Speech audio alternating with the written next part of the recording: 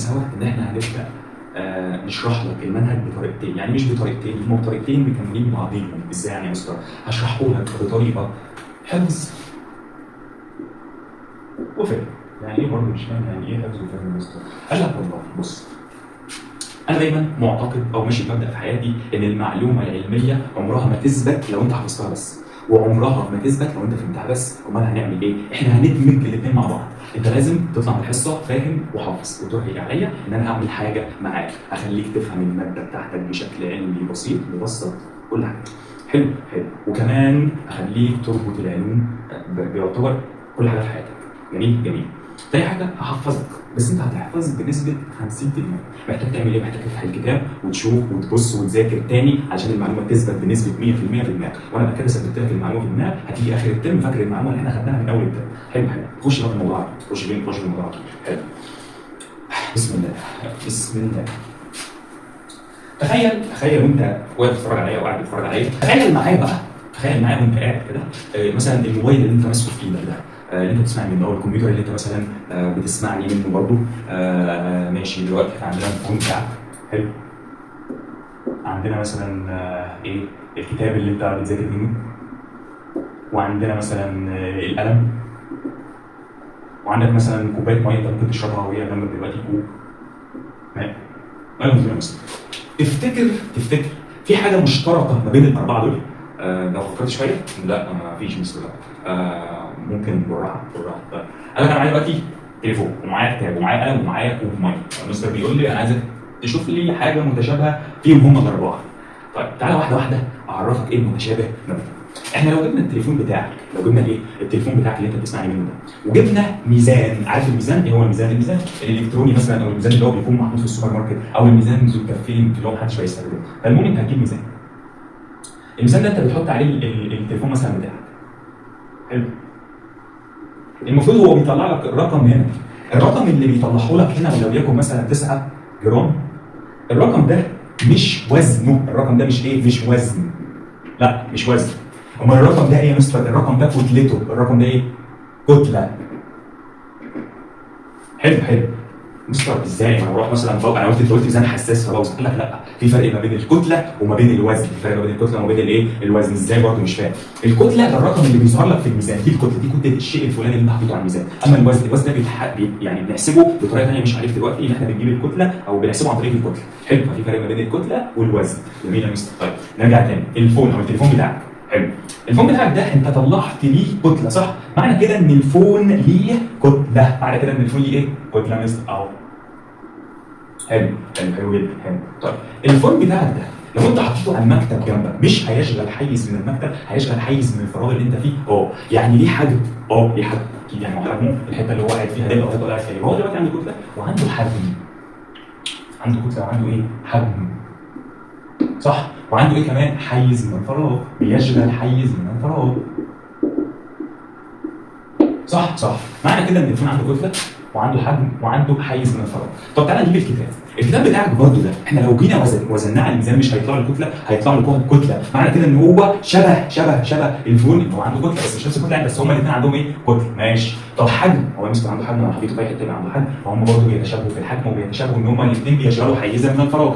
معنى كده ان طالما انت عملت فهم الكتاب والقلم برضه نفس الكلام، وكوب الميه اللي نفس الكلام، انت ذات نفسك نفس الكلام، ليك وزن، ليك قصدي كتله، وليك حجم، وبتشغل حيز من الفراغ. معنى كده ان كل حاجه حوالينا بيبقى فيها كتله وبيبقى فيها حجم وبتشغل حيز من الفراغ. صح. قال لك بقى احنا بدل ما نقول ان هم كلهم بيتشابهوا في الكتله وفي الحيز من الفراغ وفي الحجم، احنا نطلق عليها اسم ماده. يبقى كل حاجه حوالينا تعتبر ماده. ليه؟ لانها عندها كتله وعندها حجم وعندها حيز من الفراغ، علشان كده بسميها ماده. يبقى الماده هي ايه؟ الماده هي كل ما له كتله وحجم ويشغل حيزا من الفراغ. كل ما له كتله وحجم ويشغل حيزا من الفراغ. فهمت يعني ايه ماده؟ يبقى يعني ايه ماده؟ الماده كل ما له كتله وحجم ويشغل حيزا من الفراغ يا مستر. طيب حلو. تعال بقى شوف اللي هيظهر لك. اي حاجه تظهر لك هتكون موجوده قدامك. قال لك الماده كل ما له كتله وحجم ويشغل حيزا من الفراغ. حلو حلو حلو. زي مين يا مستر؟ زي التليفون، زي الكتاب، زي القلم، زي الكوب من الميه. كل ده عنده ليك كتله وعنده حجم وعنده حيز من الفراغ، معنى كده ان هو ايه؟ ان هو ماده. طيب كمل كمل يعني. قال لك انا هديك برضه شويه امثله. الامثله اللي ظهر لك قدامك في المسمار، وفي عندك كوب من الميه، وفي عندك منطلق او طاوله او ترابيزه. طيب ايه؟ قال لك المسمار ده ما هو ليه حجم وليه كتله مش حجم من الفراغ، معنى كده ان هو ماده. المسمار لا ليه كتله ولا ليه حجم، لذا فهو ماده. ثاني حاجه الكوب من الميه لا ليه كتله ولا ليه حجم، لذا فهو ماده. ثالث حاجه الطاوله الخشبيه لديها كتله ولا لديها حجم، لذا فهو ماده. قال لك ايه بقى؟ لذلك كل ما يحيط بنا في اي مكان على سطح الارض فهو ماده. اي حاجه بتحيط بنا على سطح الارض فهي ماده. انا ماده، انت ماده، تليفون ماده، كتاب ماده، مكتب ماده، كل حاجه في الحياه ماده، صاحبك ماده، كل ماده. حلو حلو. يبقى الماده هي ايه؟ كل ما له كتله وحجم ويشغل حيزا من الفراغ. اللي بعد ملحوظه. بص يقول لك ملحوظه. ايه الملحوظه؟ بسم الله. الملحوظه فكر يعني فكر، شد دماغك واختر الاجابات المناسبه. خلي بالك، قال لك الاجابات المناسبه يعني اختار اكتر من اجابه ممكن تكون صح لهذا السؤال من وجهه نظرك. حلو تمام. ايا مما يلي يعد ماده: الضوء، الهواء، الصوت، الميه. تعالى بقى يا مستر بقى، تعالى الضوء ولا الهواء ولا الصوت ولا الميه؟ احنا قلنا ان الماده اي حاجه ليها كتله او حجم او بتشغل حيزا من الفراغ، صح؟ حلو. تعالى ناخد واحده بقى. الضوء. الايه؟ الضوء. ماله الضوء يا مستر؟ الضوء اللي هو النور اللي طالع ده، النور اللي منور ده. حلو. هل يعتبر ماده؟ تعال نشوف. هو الضوء ده ممكن مثلا اخد شويه منه اخزنه ويطلع لي كتله؟ لا. يبقى لا ما فيش واحده منهم باظت، يبقى هي مش ماده. طب بناخد شويه منهم وبيشغل حيز من الفراغ، هو يعني النور ده بيشغل حيز من الفراغ، يبقى انا عملت كده هو النور ده هيتزق شويه؟ لا. يبقى النور ده او الضوء ده مش ماده، لان ولا كتله ولا حجم ولا فراغ. ليه؟ الضوء يعتبر طاقه ضوئيه جايه بس. حلو، مش ماده. جميل. بعد كده الهواء مستوى نفس الكلام يا مستوى. هواء اهو. ما هو انا بتنفس، هو في هواء حواليني اللي هو الاكسجين عادي، مش شاغل مكانه ولا عامل اي حاجه. لا استناني كده، تستناني. حلو. اكيد وانت صغير جبت بالونه. جبت ايه؟ جبت بالونه. جبت بالونه ونفخت البالونه. طيب وانت بتنفخ البالونه ما لاحظتش حاجه؟ لاحظت ايه يا مستر؟ ان اللي داخل البالونه ده هواء. يعني اللي نفخ البالونه ده ايه؟ هواء. معنى كده ان الهواء خد مكان، معنى كده ان الهواء خد ايه؟ مكان. هو المكان هو البالونه، خد حيز من الفراغ. حلو يا مستر. يعني الهواء بيشغل حيز من الفراغ اللي هو جوه البالونه. صح. طيب يا مستر. حلو. حجمها ازاي بقى؟ حجم. ما طالما بيشغل حيز من الفراغ يبقى ليها حجم، لو حطيتها في اي حته خدت المكان ده فليها حجم. حلو. الكتله دي بقى مش هتعرف تجيبها مثلا. ليه؟ هات الميزان يا حبيبي وهات البالون قبل ما تنفخها وحطها على الميزان. بعد ما تحطها على الميزان شوف وزنها. هيطلع لك مثلا وزنها رقم، وبعد ما تنفخها حطها على الميزان هيطلع رقم اكبر من الرقم اللي انت شفته قبل ما تحطها. معنى كده ان الرقم زاد، فلما الرقم زاد معنى كده ان هي ليها كتله، انها ليها ايه؟ كتله. فالهواء عنده كتله يشغل حيز من الفراغ وعنده حجم. اذا الهواء ماده، الضوء ليس ماده. حلو. جميل. بعد كده قال لك ايه؟ الصوت. بسم الله. الصوت نفس الكلام بتاع الضوء. الصوت اللي انا بتكلمه ده ممكن اخد منه شويه واشوف حجمه؟ لا. ممكن اخد منه شويه واشوف كتلته؟ لا. يبقى الصوت برضه يعتبر طاقه مش ماده. يبقى اذا الصوت ليس ماده. اخر حاجه وهو الماء. نفس الفكره. يعني مثلا ايه؟ الازازه دي من شركه بركه، شركه محترمه جدا من المعلومه. حلو. عندي الازازه دي، بصوا الازازه دي فيها ميه. صح. معنى كده ان الميه لما دخلت الازازه خدت الحيز بتاع الميه، شغلت المكان بتاع الازازه قصدي. حلو. فليها حجم وليها كتله. انا لو حطيتها على الميزان هتلاقي ان ليها كتله. معنى كده ان الميه دي ايه؟ الميه دي ايه؟ ماده بس. هو ده الكلام. يبقى هي الماده كل ما له كتله وحجم ويشغل حيزا من الفراغ. حلو.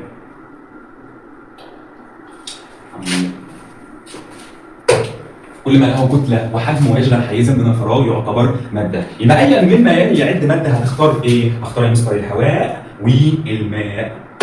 طيب الهواء والماء قال لك هو نفس الكلام اللي انا لسه قايله لك. الضوء والصوت ليه مش ماده؟ لان الضوء والصوت ليست لهما كتله ولا حجم ولا يشغلوا حيزا من الفراغ، فهما يعتبرا من الطاقه فقط. ركز، صوت وضوء طاقه بس. حلو. الهواء والماء ماده لانهم ليهم كتله وحجم ويشغلوا حيزا من الفراغ. قال لك تروح تنفخ بالون. شفت الراجل اللي البالون ده؟ طيب بقى ركز. الهواء ده يعتبر ايه؟ الهواء ده مستر غاز الاكسجين. صح. يعني معنى كده ان الماده ممكن تكون غاز. يا ابني الهواء هو غاز. يبقى الماده ممكن تكون في حاله غازيه. يبقى اي حاله غازيه ماده. هي وصلت لحاله غازيه، يبقى الماده ممكن تكون حاله غازيه. طب مستر الميه سائل، فطالما سائل فهي برضه حاله سائله، يبقى الماده ممكن تكون يا اما غازيه يا اما سائله. طب الحاله الوحيده اللي انا اتكلمت عليها اول ما بدات الكتاب، الفون، القلم، الكوب بتاع الميه، ما كله صلب، يبقى الماده ممكن توجد في ثلاث حالات، وهي الحاله الصلبه والسائله والغازيه. الحاله الصلبه والسائله والايه؟ والغازيه. يبقى ذلك فالماده لديها ثلاث حالات، وهما الحاله الصلبه والحاله السائله والحاله الغازيه. حلو حلو. يبقى انا خدت ايه بقى؟ خدت الماده. الماده بتقول لي ايه؟ كل ما له كتله حجم مشع حيزا من الفراغ، كل ما له كتله حجم مشع حيزا من الفراغ. قدرت ان انا اعرف افرق ما بين الماده، ان يعني افرق ما بين اي حاجه اذا كانت هي ماده او غير ماده. صح صح. وعرفت ان الماده ليها ثلاث حالات، اللي هي الحاله الصلبه والسائله والغازيه. طب بسم الله. انت دلوقتي قاعد في ايه؟ في بيت. طب يا ترى يا ترى يا هل ترى يا ترى البيت اللي انت قاعد فيه ده، البيت اللي انت قاعد ايه فيه، ماله مستر البيت اللي انا قاعد فيه؟ اقول لك دلوقتي. I will see I will ايه؟ tell you I will tell you. بص يعني. وليكن ان ده البيت اللي انت قاعد فيه اهو. هما كانوا بيرسموه لك. البيت اللي انت قاعد فيه ده مش بيتكون من مجموعه شقق، كل شقه في دور، يبقى معنى كده ان البيت بتاعك ده بيتكون من ايه؟ من ادوار. كل دور بيتكون من ايه يا ولد؟ شقه. هي الشقه يعني. وكل شقه بتتكون من شقه بتتكون من ايه؟ كذا اوضه ومطبخ وصاله وحمام والحاجات دي كلها. صح صح. يعني بتتكون شقه بتتكون من كذا دور. صح صح. يعني بتتكون من ايه؟ من مجموعه جدران. صح صح. يبقى جدار او مجموعه جدار يعني. طب الجدار ده اتكون ازاي؟ طوبه في طوبه في طوبه في طوبه. طب الجدار يبقى الجدار جاي من طوب. حلو حلو جدا. حلو. يبقى علشان انا ابني البيت اللي انت قاعد فيه ده محتاج طوب وشويه اسمنت ورمل. صح. فوحده بناء البيت اللي انت قاعد فيه ده هو ايه؟ الطوبه. صح. لو مفيش طوبه ولا هبني جدار ولا هبني الشقه ولا هبني البواب ولا هبني البيت، يبقى وحده بناء البيت اللي انت قاعد فيه هي الطوبه. صح صح. شايف كلمه طوبه دي؟ شايف كلمه طوبه؟ ايه هي وحده بناء الطوبه دي؟ وحده بناء الطوبه ايه هي وحده بناء الطوبه؟ مش عارف. يمكن ايه يا مستر؟ مش عارف. هي الطوبه دي ايه اصلا؟ ليها كتله وليها حجم وبتشغل حيز من الفراغ، فاذا هي ماده. ايه هي وحده بناء الماده بقى؟ هو ده اللي احنا عايزين نعرفه. مش انت قلت لي ان وحده بناء البيت الطوبه؟ يبقى اكيد الماده ليها وحده بناء. طب ايه هي؟ انا بص، احنا هنعمل تجربه. اي ماده علميه ما بتعتمدش، يعني ما تصدقهاش غير لما يحصل تجربه، ما تصدقهاش غير لما يحصل ايه؟ تجربه. حلو. هنجيب تمثال ابو الهول. هنجيب تمثال مين؟ ابو الهول. ابو الهول يعني. بص، ابو الهول ده جبناه كسرناه. واحد هيطلع يقول لي هو ابو الهول اصلا مش بيتكون من طوب، واحد بناه طوب. صباح الفل صباح الفل. في ابو الهول الناس اللي هم اسمها فراعنه عملوا لقوا صخر كبير نحتوا بالهول منه. الصخر ده كان يعتبر صخر من الحجر الجيري. حلو يعني حجر جيري يعني. حلو. او صخر جيري، حجر جيري يعني. يبقى ابو الهول اصلا مكون من الحجر الايه؟ الجيري. الحجر الجيري ده لما جابوه قعدوا يكسروا فيه لغايه ما طلع لهم ماده من كربونات الكالسيوم. من كربونات الايه؟ الكالسيوم. حلو. يبقى حجر جيري كسرت فيه طلع لي كربونات، ماده من كربونات الايه؟ كربونات الكالسيوم. فكربونات الكالسيوم ده جبته برضه وقعدت اكسر فيه اداني حاجات اصغر منه اسمها جزيئات. جزيئات ايه يا مستر؟ كربونات الكالسيوم. جيت اكسر في جزيئات كربونات الكالسيوم اكسر فيها طلعت لي ذرات كربونات الكالسيوم. جبت ذرات الكالسيوم وقعدت اكسر فيها ما ادتليش حاجه، ما قدرتش ان هي تتكسر تاني، ما اتجزأتش تاني لقطع اصغر منها، فسموا دي الذره. فقال لك وحده بناء الماده هي ايه؟ اي ماده في العالم وحده بنائها الذره، لان الذره دي لو ما كانتش موجوده ما كانش بقى في تمثال ابو الهول، ما كانش بقى في الحجر الجيري، ما كانش بقى في ماده كربونات الكالسيوم، ما كانش بيبقى في جزيء كربونات الكالسيوم. كل حاجه بتتكون من الذره. يبقى وحده بناء الماده الذره. حلو. جميل جدا يا مستر. يبقى وحده بناء الماده هي الذره. وحده بناء الماده هي مين ولا؟ هي الذره. حلو قوي. الحمد لله. خد بالك الذره مش الذره، مش الذره. ماشي. يبقى ما اقولكش دلوقتي ايه شكل الذره اللي هنعرفه بعد كده تجيب لي دور. لا مش هو والله. مالكش دعوه بالذره ده. حلو. ده مش ذره، الذره. حلو حلو. طب تعال نشوف بقى هو الكلام على ايه. قال لك ما وحده بناء المنزل اللي انت قاعد فيه. فكر. تعال نفكك المنزل جزء جزء. اول حاجه البيت، المنزل بتاعك بيتكون من ايه؟ بيتكون من مجموعه ضوابط او ادوار. الضوابط دي تتكون من مجموعه جدران. الجدار ده بيتكون من مجموعه من الطوب، صح؟ صح يا مستر. حلو. الطوب ده او الطوبه دي اتكونت من ايه؟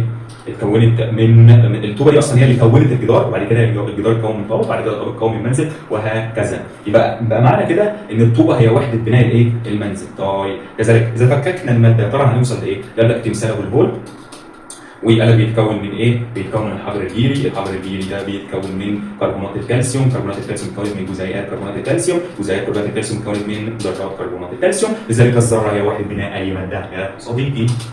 طيب بص قال لك فاكر شكل الذره ممكن يكون ايه؟ هي ذره، مش ذره، مش ده ولا ده ولا ده ولا ده ولا ده ولا ده ولا ده. حلو.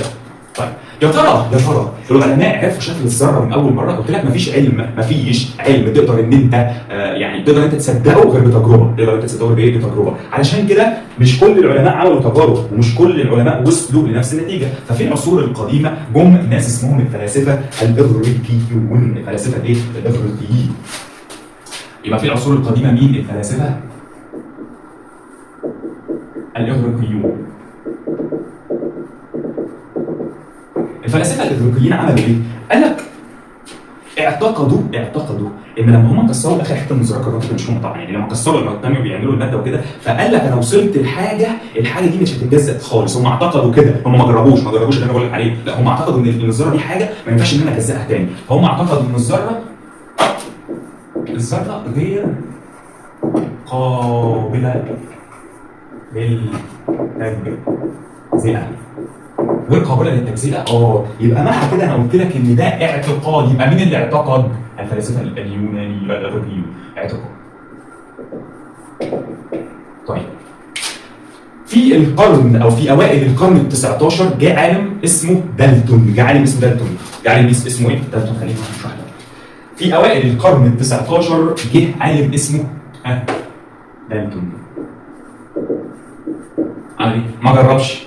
هو برضه ايه؟ ما جربش. طب اعتقد؟ لا، هو حول الاعتقاد بتاع الفلاسفه الاغريقيين ده لنظريه علميه. يبقى حول تفكير الفلاسفه الاغريقيون لنظريه علميه بتقول برضه نفس الكلام ده، بس دي نظريه، خد بالك، دي نظريه مش اعتقاد. اللي جرب بقى واحد اسمه رازرفورد عمل ايه؟ قال لك ده اول واحد يعمل تجربه نظريه يؤكد فيها ان فعلا الذره غير قابله للتجزئه، للتجزئه. يبقى ده عمل ايه؟ تجربه. ده الوحيد، ده اول من عمل تجربه. حلو جدا. نكمل. بص قال لك في العصور القديمه جم الفلاسفه اليونانيين اللي انت شايفهم قدامك دول، الاغريقيين.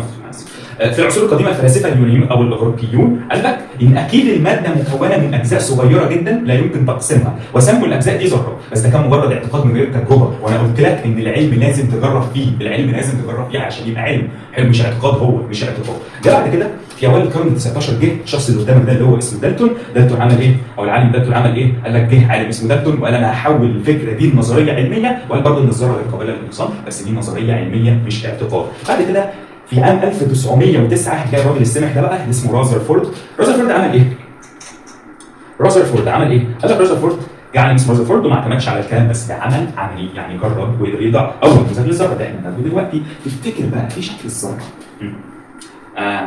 مثلا ممكن الذره دي تكون ايه مثلا؟ الذره دي صغيره جدا. انت ما تقدرش ان انت تشوفها اصلا بالعين المجرده كده. طب يا ترى ربنا شبهها ازاي؟ او يعني ايه المكونات اللي موجوده في الذره ذات نفسها؟ فهو بيقول لك هنا هل يستطيع الانسان رؤيه الذره؟ لا، بس رغم كده العلماء استطاعوا معرفه تركيبها من خلال الايه؟ التجارب. وده كان شكلها، الشكل اللي قدامك ده. ايه ده بقى؟ بص لي انا هوريك شكل. هعمل كده. دي شكل الايه؟ دي شكل الذره. الذره بيكون جواها نواه والكترونات بتدور حوالينها. يبقى الذره بتتكون من ايه؟ من نواه جواها في المركز والكترونات بتدور حوالينها. يبقى انا دلوقتي عرفت شكل الذره اللي قدامك ده. مش هقول تحت، انا هقول دي اسمها الايه؟ الذره. الذره بيكون مكونه من ايه؟ من يا مستر النواه اللي هي الصغيره اللي جوه دي والالكترونات بتدور حواليه. عرفت شكل الذره عامل ازاي؟ بتتكون من ايه؟ بتتكون من حاجتين ايه هما؟ الذره بتتكون من نواه والكترونات. طيب بتتكون من ايه؟ من نواه والكترونات بتدور حواليها. خلينا ناخد واحده واحده. النواه الصغيره اللي في النص دي دي يعني النواه دي يا ترى جواها ايه؟ يا ترى النواه دي ايه اصلا؟ حلو. فقال لك النواه ديت انت اول مره تشوفها هي صغيره جدا منتهيه الصغر. ازاي؟ عارف الملعب؟ عارف السنتر بتاع الملعب؟ ملعب كره قدم، ملعب بيسبول، السنتر بتاع الملعب. لو انت حطيت في السنتر بتاع الملعب ده دبوس هو ده يعتبر حجم النواه الماده كلها بالظبط. صغيره جدا كده، صغيره جدا منتهيه الصغر. موجوده فين؟ في السنتر بتاع الذره، او موجوده في مركز الذره. في مركز الايه؟ الذره. موجوده في مركز الذره. حلو. دي النواه موجوده في مركز الذره منتهيه الصغر. بتتكون من ايه؟ شايف النواه اللي قدامك دي؟ شايف بقى؟ وانا كنت بعمل البتاع دي بقى عملت لك ايه؟ لون هنا ولون هنا. ليه لون هنا ولون هنا؟ قال لك لان النواه دي اصلا بتتكون من حاجه اسمها بروتونات ونيوترونات. بتتكون من ايه؟ من بروتونات ونيوترونات. بتتكون جواها من ايه؟ من بروتونات موجبه الشحنه ونيوترونات متعدده الشحنه. ايه البروتونات والنيوترونات؟ عرفها لك دلوقتي. يبقى لازم تعرف ان النواه جواها ايه؟ جواها بروتونات وجواها نيوترونات. بروتونات موجبه الشحنه ونيوترونات متعدده الايه؟ الشحنه. حلو جدا. فلو بصينا هيقول لك ان النواه اللي انت شايفها قدامك برضه فيها الوانها. بص بيقلدوا. حلو. النواه صغيره جدا في الصخر كابره في ملعب كره قدم او بيسبول. تقع في مركز الذره وتتكون من بروتونات موجبه الشحنه ونيوترونات متعدده الايه؟ الشحنه. بعد كده الالكترونات دي برضه صغيره جدا بتدور حوالين النواه. شحنتها سالب. شحنتها ايه؟ سالب. حلو. الالكترونات شفت بقى الحركه؟ حلو. الالكترونات اللي بره النواه لما بتطلق عليها دي الالكترونات الايه؟ اللي هي بره جزيئات صغيره جدا تدور حول النواه، تتحرك في مستويات الطاقه. تتحرك في مستويات الطاقه. يعني بص ده الكترون وده الكترون وده الكترون وده الكترون وده الكترون ودول الكترون ودول الكترون. هل الالكترونات دي انا دلوقتي لو شلت الكترون من حطيته كده هيثبت لوحده؟ لا. امال ايه؟ مش ماشي في مستوى طاقه. ده اسمه مستوى طاقه الالكترونات ماشيه فيه. ده اسمه مستوى طاقه الالكترونات ماشيه فيه. ممكن نشبهها بايه؟ ممكن نشبهها بالشمس والمدارات والكواكب اللي بتدور حوالينها في مدارات. والكواكب اللي بتدور حوالينها في ايه؟ في مدارات. حلو. جميل. اللي بعده بسم الله. قال لك احنا عرفنا الذره بتتكون من ايه؟ طب يا ترى هي فيها كام جسيم بقى بالظبط؟ الجسيم يعني ايه؟ جسيم يعني جزيء مشحون. يعني ايه؟ يعني حاجه ليها شحنه. طبعا قلت لك دلوقتي ان النواه فيها بروتونات موجبه الشحنه. البروتونات دي بتكون ايه؟ موجبه الشحنه. وفيها ايه؟ نيوترونات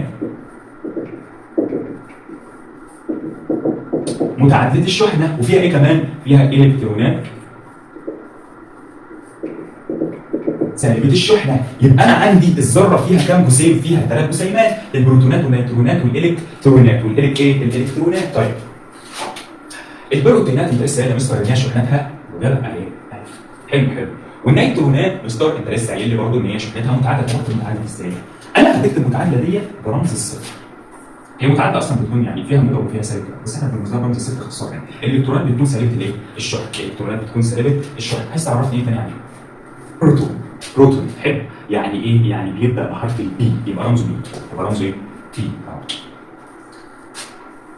نيترون بيبدا بالان فرمزه ايه؟ يبقى النيترون رمزه ايه؟ الكترون اي يبقى رمزه اي. الكترون.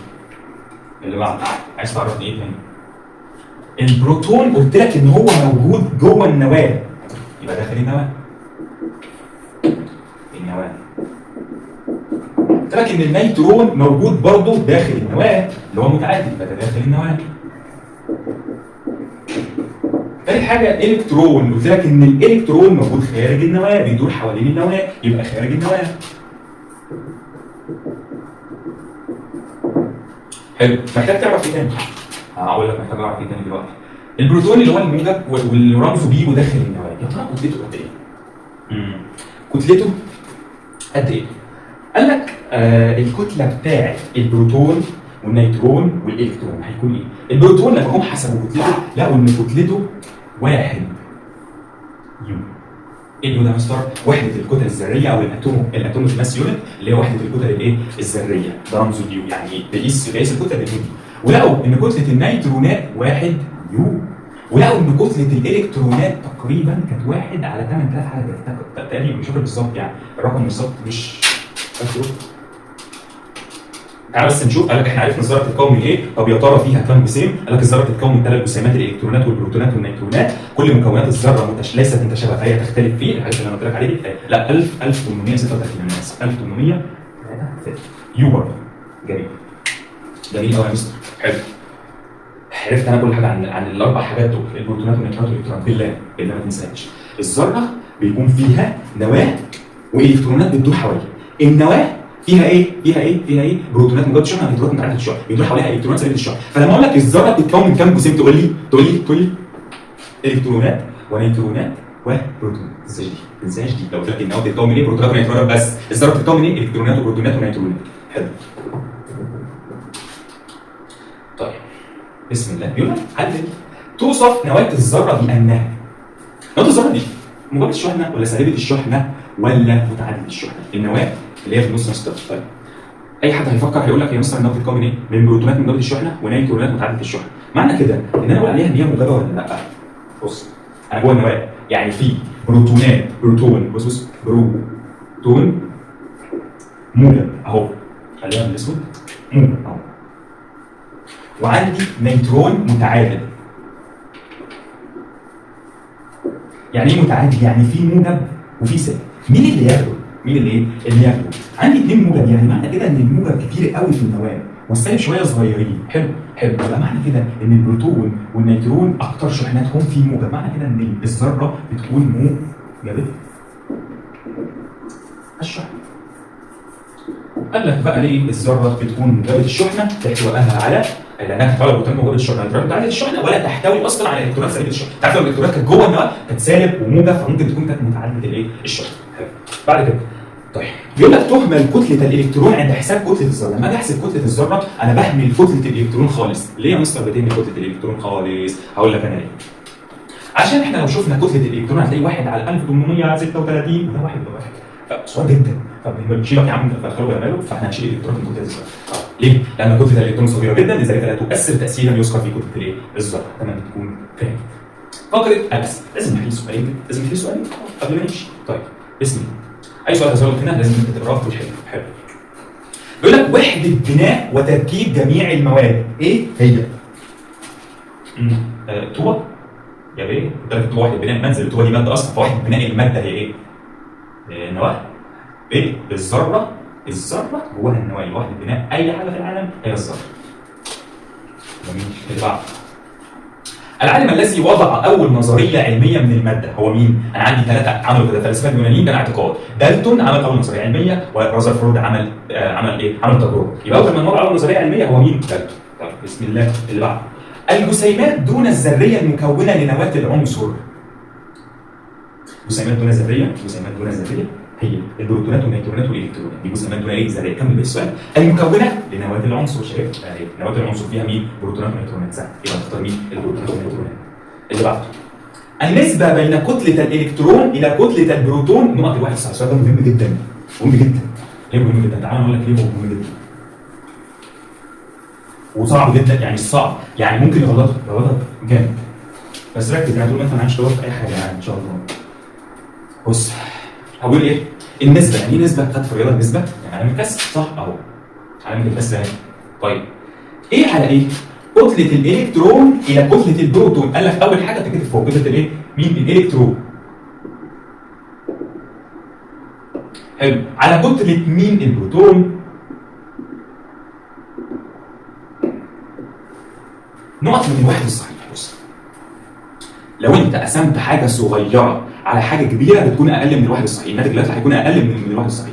ولو انت قسمت حاجه كبيره على حاجه صغيره فالناتج اللي هيطلع هيكون اكبر من الواحد الصحيح. فانت عندك الالكترون والبروتون. الالكترون اصلا كتلته قد ايه؟ كتلته 1 على 1836، يعني كتلته صغيره جدا. فانت بتقسم صغير على واحد اللي هو كبير اصلا. صغير على كبير هيبقى اقل من الواحد. يبقى النسبه بين كتله الالكترون وكتله البروتون هتكون اقل من الواحد الايه؟ الصحيح، لان انت بتقسم صغير على ايه؟ على كبير. اللي بعده يبقى اقل من الواحد الايه؟ الصحيح. 5 النسبه بين كتله النيوترون الى كتله البروتون. هتجيبها لوحدك. من كتله النيوترون كتله النيوترون 1، كتله البروتون 1 على 1 يساوي 1 الصحيح. يبقى هتبقى يساوي 1 الصحيح.